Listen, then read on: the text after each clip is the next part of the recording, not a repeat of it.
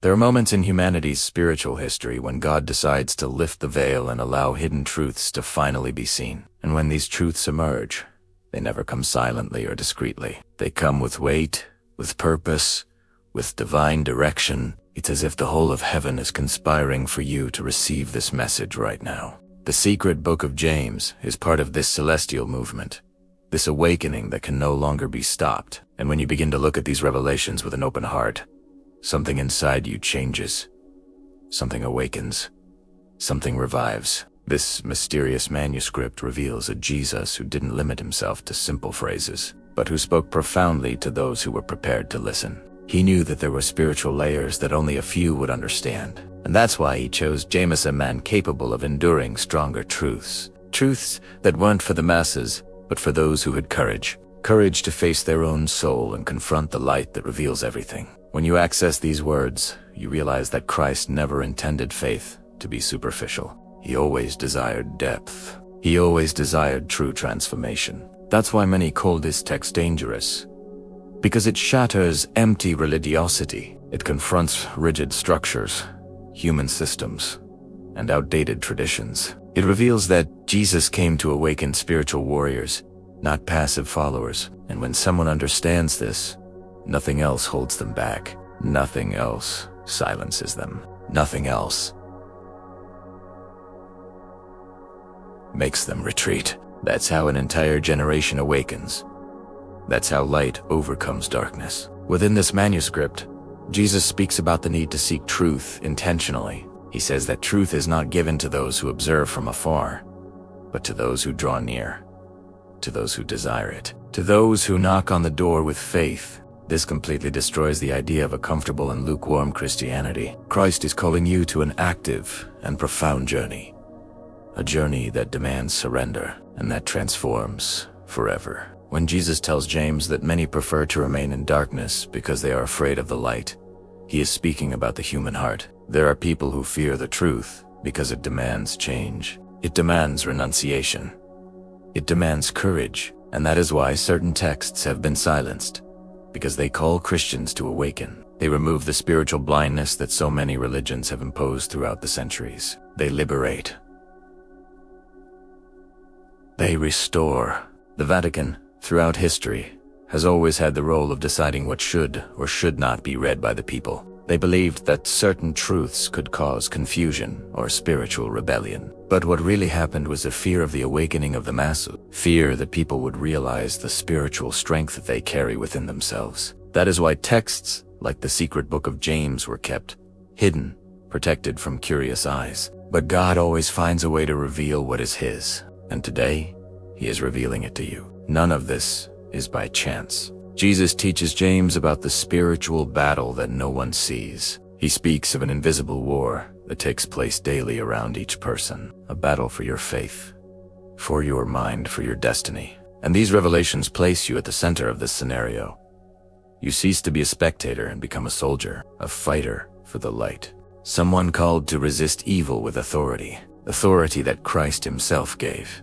This forbidden text shows a Christ who does not soften the truth. He speaks of spiritual effort, discipline, and vigilance. He speaks of being prepared for the difficult times to come, times like those we live in today. And when you read these words, notice how current, alive, and urgent they sound. It's as if Jesus were speaking directly to you now, calling your name, asking you to awaken, asking you to move forward. If you feel in your soul that this is touching you, know this. It is God confirming it. He is reminding you that there is something greater for you, something deeper, something that transcends empty rituals and traditions. It is living faith, the faith that transforms, that clarifies, that liberates, the faith that Jesus taught James and that now reaches you at the exact right moment. Contrary to what many think, these words are not dangerous because they contradict Jesus. They are considered dangerous because they reveal Jesus completely. They reveal his intensity. They reveal his true mission. They reveal his call to a spiritually awakened life. And this has always bothered religious systems that prefer control. But Christ did not come to control. He came to liberate. James describes in the manuscript a Jesus who speaks with profound authority, an authority that does not come from men, but from the Father himself. This authority placed within Christ's words a spiritual weight that transformed those who heard him, and it is precisely this weight that the enemy fears. Because where there is authority, there is liberation. Where there is liberation, there is awakening. And where there is awakening, the kingdom of darkness loses strength. It loses dominion. This book also speaks about how Jesus instructed James not to depend on human leaders to understand faith. He said, "Seek the Father directly." This, in itself, is already a cause for discomfort for religious systems. Because when a person learns to seek God directly, they become free. Free from manipulation, free from fear, free from human doctrines, free to live the truth. Jesus explains to James that the greatest enemy of faith is not external evil, but internal complacency. When the heart becomes accustomed to little, it stops growing. And Jesus came precisely to break that limit. He calls you to grow spiritually every day, to seek more, see more, understand more, to not accept a superficial faith. This is the message that changes lives. This is the message that awakens sleeping giants. Throughout the centuries, many people have been afraid of this message because it removes any excuse for living a weak faith. It demands seeking. It demands surrender. It demands real faith. And that scares many people. But you are here because God chose to bring you to a living and powerful faith. Jesus tells James that whoever awakens to the light is never the same again. He sees the world with different eyes. He sees the invisible battles happening all around. He sees the purpose behind every pain, every struggle, every silence of God. And this perspective transforms everything. It transforms choices. It transforms paths. It transforms destinies. This forbidden manuscript also speaks of courage, about the need to face the truth, even when it hurts. And Jesus makes it clear that only those who have courage can endure the complete revelation. You are among them. Because God doesn't bring this kind of message to just anyone. He brings it to the prepared, to the called, to the chosen. To the chosen. James describes Jesus speaking about the power of inner light, a power that God placed within each person, but that many never access. This power is the presence of the Holy Spirit. It's the strength that lifts you up when everything seems to crumble. It's the voice that speaks to you when no one else understands. It's the direction that comes from heaven and changes your course on earth. It's the flame that never goes out. The flame that only awakens when you seek the truth. The secret book of James makes it clear that Jesus didn't come to bring human comfort. He came to bring awakening. He came to light up dark places. And when the light arrives, it reveals everything. The good, the bad, the hidden, and the invisible. That's why many fled from this message. But you didn't flee. You stayed. And that says a lot about what God is doing in your life. Jesus' words in this manuscript also speak of spiritual responsibility. He says that whoever receives the light needs to walk with it. They need to let it change their life. They need to allow it to transform their thoughts. Because light is not just revelation. It is direction. It is the way. It is life. James recounts that Jesus told him, "The one who awakens disturbs the world." And that is true, even today. Awakened people don't fit into corrupt systems. They don't accept lies. They don't submit to fear. They don't let themselves be manipulated. They live by the truth. And where there is truth, there is freedom. Jesus also warns James that many people prefer to remain spiritually blind because the truth demands change. And change hurts. Transformation hurts. Evolution hurts. But the pain of awakening is much less than the suffering of living an entire life imprisoned. Therefore, he calls you to see beyond what is visible, to perceive what is happening in the spiritual world now, to hear God's voice, even in silence, and to walk by faith, not by fear. Because the light always wins. This forbidden manuscript reveals that Jesus wanted his disciples to have spiritual understanding, not just religious knowledge. The difference is gigantic. Knowledge only informs, but understanding transforms. It's when the word descends from the mind to the heart. And when that happens, nothing can stop you. You become someone guided by the Spirit, someone who lives in truth. Jesus makes it clear to James that the real battle doesn't happen outside, but inside each person. It's a battle of daily decisions, thoughts, feelings, and choices. And whoever wins this inner war becomes unshakable. Nothing knocks them down. Nothing diverts them from their purpose. That's what Christ wants to teach you now. To win from within, to win from without. Throughout history, many religious leaders have feared this type of message because it takes power out of the hands of men and places power in the hands of God. It restores to the Christian the authority that Christ gave him, authority to pray, discern, resist, overcome, authority to walk in the light. And this kind of faith cannot be controlled. It cannot be manipulated. It cannot be extinguished. That's why the secret book of James has always bothered so many people. It reveals that Jesus fully trusted in the spiritual capacity of humankind, that he believed you could access the light, understand the truth, and live the kingdom without intermediaries telling you what to think, without shackles preventing you from growing, without fear paralyzing.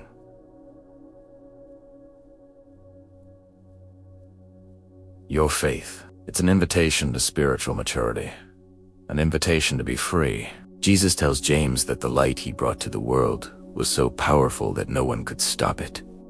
Not empires, not traditions, not religious authorities, not even hell itself. And that same light is available to you now. It enters the darkest places of the soul and transforms everything. It transforms identities, transforming destinies. The manuscript recounts that James was frightened by some revelations, and Jesus encouraged him, saying, "Take courage. The truth did not come to destroy you, but to set you free." And that is what God is doing with you today.